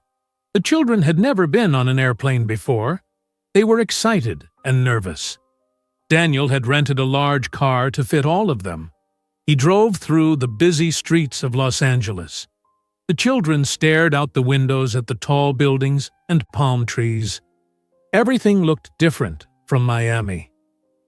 After 30 minutes, Daniel turned onto a quiet street in Beverly Hills. The houses were huge. They all had perfect green lawns and tall gates.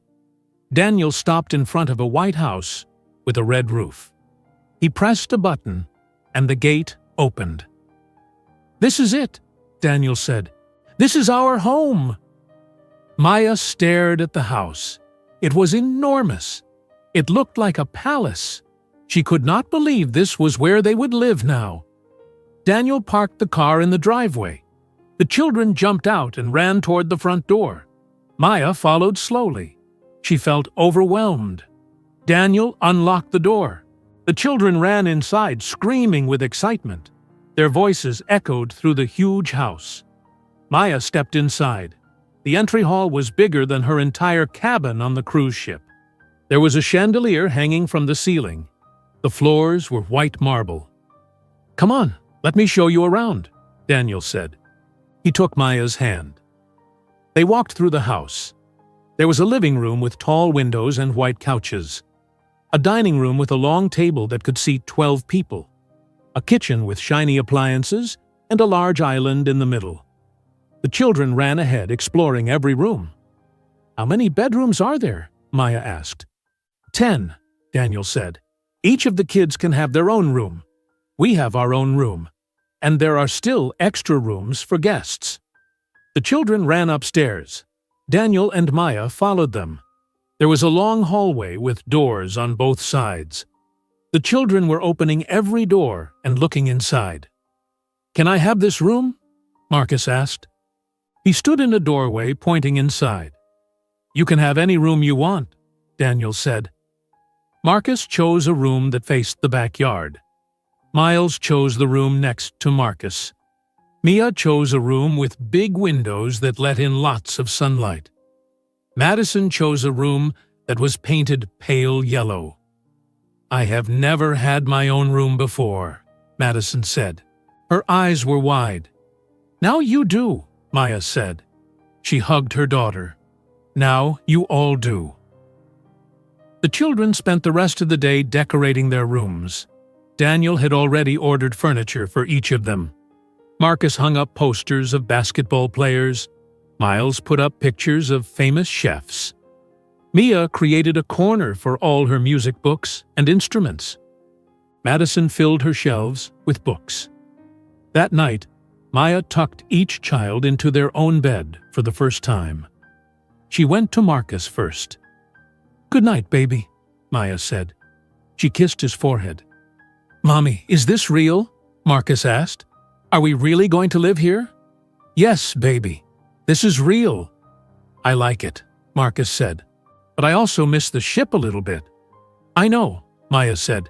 "Change is hard, but we will be okay. We have each other." Maya said goodnight to Miles, then Mia, then Madison. Each child asked similar questions. Was this real? Would they stay here? Maya reassured them all. After the children were asleep, Maya found Daniel sitting on the back patio. The backyard was huge. There was a swimming pool with lights that made the water glow blue. There were trees and gardens and a play area. "Are you okay?" Daniel asked when Maya sat down next to him. "I do not know," Maya said honestly. "This is all so much. This house is so big. I feel like I do not belong here." "You do belong here," Daniel said. "This is your home now. Our home." "I need you to promise me something," Maya said. She looked at Daniel seriously. "I do not want the children to become spoiled. I do not want them to forget where they came from. I do not want them to think money is the most important thing." "I promise," Daniel said. "We will raise them to be humble and kind, just like you raised them before." The next week, Maya and Daniel enrolled the children in a public school near their house. Maya wanted them to go to public school, not private school. She wanted them to be around children from different backgrounds. The first day of school, the children were nervous. Maya drove them herself. She walked them to their classroom. Marcus and Miles were in one kindergarten class. Mia and Madison were in another class. "Be good," Maya told them. "Listen to your teacher. Be kind to the other children." "We will, Mommy," Marcus said. Maya watched them walk into their classrooms. She cried in the car on the way home. Her babies were growing up. But the children loved school. They came home every day with stories about their new friends and what they learned. Marcus joined the school basketball team. Miles took a cooking class after school. Mia joined the school choir. Madison volunteered in the school library. Maya stopped working on cruise ships, but she did not stop singing. Daniel helped her record her first album. They rented a professional music studio in Los Angeles. Maya sang 10 songs. Her voice sounded beautiful on the recordings. The album was released 3 months later. People in Los Angeles started recognizing Maya. She was invited to perform at music venues around the city. She sang at small clubs and theaters. People loved her. Maya donated part of her earnings to a charity she started. It was called Second Chances. The charity helped single mothers who needed support. Maya gave them money for rent, food, and childcare. She remembered how hard it was to raise children alone. She wanted to help other mothers who were struggling. Daniel changed, too. He still ran his company, but he worked less. He left the office at 5 o'clock every day to be home for dinner. He went to every single one of the children's school events. He coached Marcus and Miles's basketball team, even though he still could not shoot very well. The children loved having him there. Every night, the whole family ate dinner together at the big dining table. They talked about their day. They laughed together. They were becoming a real family. 6 months after the wedding, something unexpected happened. Daniel received a letter in the mail. It was from Victoria. Daniel opened it at the breakfast table. Maya watched his face as he read. His expression was serious. "What does it say?" Maya asked. "She wants to apologize," Daniel said. "She wants to meet the children. She wants to be part of their lives." Maya felt her body tense up. "What do you want to do?" "I do not know," Daniel said. "She is my mother. She is their grandmother. But after what she did—" "She deserves a chance," Maya said quietly. Daniel looked at her surprised. "You think so?" "Everyone deserves a second chance," Maya said. "That is what I believe. She made mistakes, big mistakes. But maybe she has changed. Maybe she is ready to be a better grandmother." Daniel thought about this. Then he called his mother. They talked for 2 hours. Victoria apologized. She said she was wrong about Maya. She said she was scared of losing her son, and she reacted badly. She asked if she could visit. 2 weeks later, Victoria came to the house in Beverly Hills. She stood at the front door holding flowers. She looked older than Maya remembered. Her face was tired. Her eyes were sad. "Hello, Maya," Victoria said. Her voice was stiff and formal. "Thank you for allowing me to come." "Come in," Maya said. Victoria met the children in the living room. At first, she was awkward and uncertain. She did not know how to talk to them. But the children were kind. They showed her their rooms. They told her about school. Madison asked her hundreds of questions. Miles showed her a cake he had baked. Mia sang her a song. Marcus showed her his basketball trophies. Victoria started crying. "I am so sorry I was not here before. I am sorry I tried to take you away from your mother. I was wrong. I hope you can forgive me." "It is okay, Grandma," Madison said. She hugged Victoria. The other children hugged her too. Victoria cried harder. She looked at Maya with grateful eyes. Over the next year, Victoria slowly became part of their lives. She visited once a month. She came to the children's birthday parties and school events. She learned to respect Maya. She saw that Maya truly loved Daniel and the children. She saw that Maya was exactly the kind of woman her son needed. Maya and Victoria would never be close friends, but they were civil and respectful to each other. That was enough. 1 year after the wedding, the children turned 6 years old. The whole family gathered in the backyard of the Beverly Hills house for a birthday party. There were balloons in blue, gold, red, and green. There was a huge cake with 6 candles. There were presents wrapped in bright paper. 20 children from school came to the party. They played in the pool. They played games. They ate cake and ice cream. Marcus, Miles, Mia, and Madison laughed and ran around with their friends. Daniel and Maya sat together on the patio watching them. Victoria sat nearby talking to Rosa, who had flown in from Miami for the party. Daniel held Maya's hand. 5 years ago, I thought that night on the cruise ship was a mistake. I thought it meant nothing. Now I know it was the best thing that ever happened to me, Maya smiled. I used to think I would struggle alone forever. I thought I would never have help. I thought I would never find love. But I was wrong. Our family was always meant to be. We just had to find our way to each other. I love you, Daniel said. I love you too, Maya said. The children ran over to their parents. They were wet from the pool and covered in cake frosting. They piled onto Daniel and Maya, hugging them and laughing. This is the best birthday ever, Miles shouted. Can we do this every year? Mia asked. Yes, Maya said. She kissed each of her children. Every year, forever. Maya looked around at her family, at her 4 beautiful children, at her husband, who had changed his entire life for them, at Victoria, who was learning to be a better grandmother, at Rosa, who had been there from the beginning. This was her family, not planned, not expected, but perfect in its own way. Sometimes the best families come from the most unexpected places. Sometimes love grows in the middle of chaos and fear. Sometimes second chances lead to the most beautiful new beginnings. The sun set over Beverly Hills. The sky turned orange and pink and purple. The children's laughter filled the air.